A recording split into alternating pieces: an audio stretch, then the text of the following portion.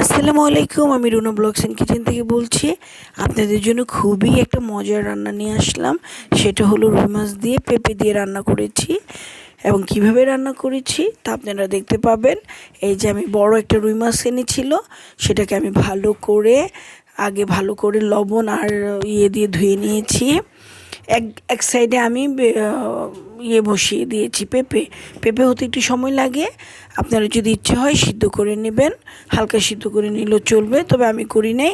আমি কি করলাম, পেঁয়াজটাকে একটু লাল লাল করে এটার মধ্যে আদা রসুন পেঁয়াজের পেস্ট দিয়ে আমি পেঁপেটাকে একটু করে নিয়ে কষিয়ে নিয়ে তারপর ঝোল দিয়ে দিলাম।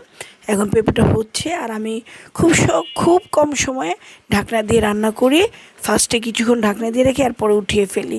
আমি চাই না কালার চেঞ্জ হয়ে যাক। এখন আমি রুই মাছটা দেখাচ্ছি এই জন্য যে রুই মাছটা আমি তেলটা যখন গরম হয়েছে তখন তেলের মধ্যে এই রুই মাছগুলো আমি ভালো করে লবণ আর লেবু দিয়ে ভালো করে ধুয়ে নিয়ে তারপর আমি ফ্রাই প্যানের মধ্যে লেবু মানে মাছগুলোকে আমি সবসময় মরিচ হলুদ আর লবণ দিয়ে মাছগুলোকে ভালো করে মেখে নিয়ে তারপরে আমি ভাজতে দিই। আর মাছগুলো কিন্তু আমি একটু কড়কড়া করে ভাজবো, মানে একটু মচমচে করে ভাজবো আর কি।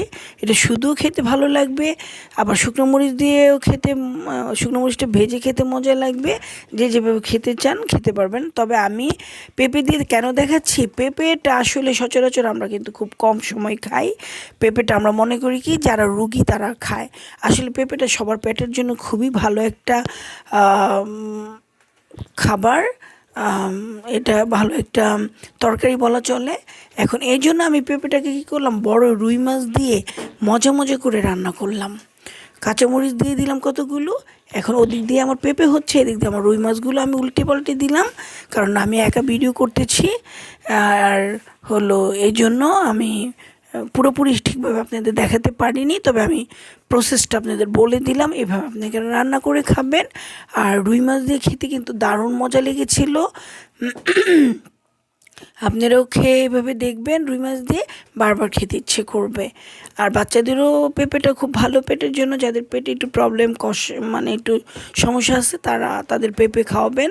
পাকা কাঁচা পেঁপে যাই হোক, জুস টুস এগুলো খাওয়াবেন, দেখবেন পেটের সমস্যা সব সমাধান হয়ে যাবে। পেঁপে কিন্তু আমাদের বাংলাদেশের একটা খুবই ভালো একটা ফল বলা চলে। কাঁচাটাও খাওয়া চলে, পাকাটাও খাওয়া চলে।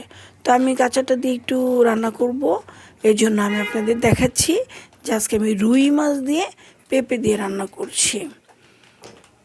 পেঁপে আমার বাচ্চারা খেতে চায় না, কিন্তু এত সুন্দর করে মজা করে রান্না করেছি যে ওরা খেয়েছে।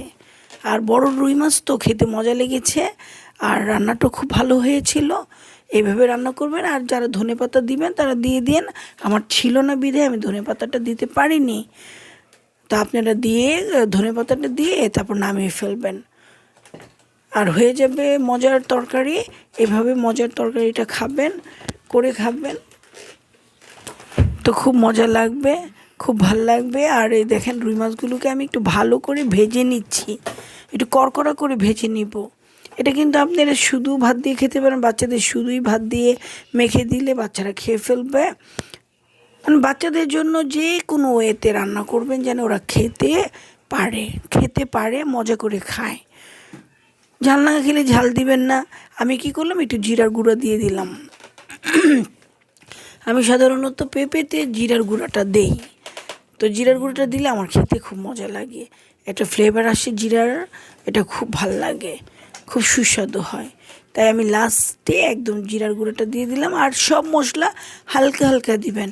আমি কিন্তু হালকা হলুদ, হালকা ধনিয়ার গুঁড়া, হালকা মরিচ দিয়ে মরিচের গুঁড়া দিয়ে দিয়েছি।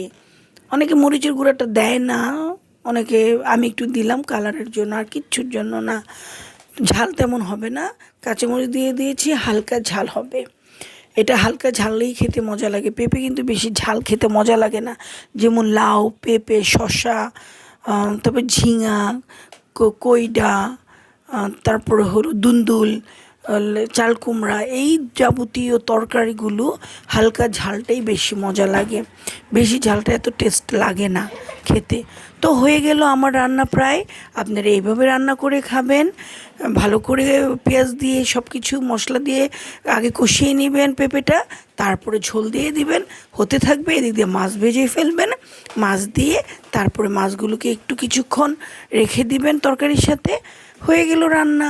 তো রুনা ব্লগস এন্ড কিচেনকে অবশ্যই সাবস্ক্রাইব করবেন, লাইকস করবেন, শেয়ার করবেন, ডাউনলোড করবেন, বেল আইকনে টিপ দিয়ে রাখবেন, আর বেশি বেশি করে দেখবেন, আর কমেন্টস করে জানাবেন খেতে কেমন লাগলো, দেখতে কেমন লাগলো, আপনারা কিভাবে খান তাও বলবেন। আমি সেভাবে দেখব, খেতে চেষ্টা করব। তো আমার জন্য দোয়া করবেন। আপনারা ভালো থাকবেন।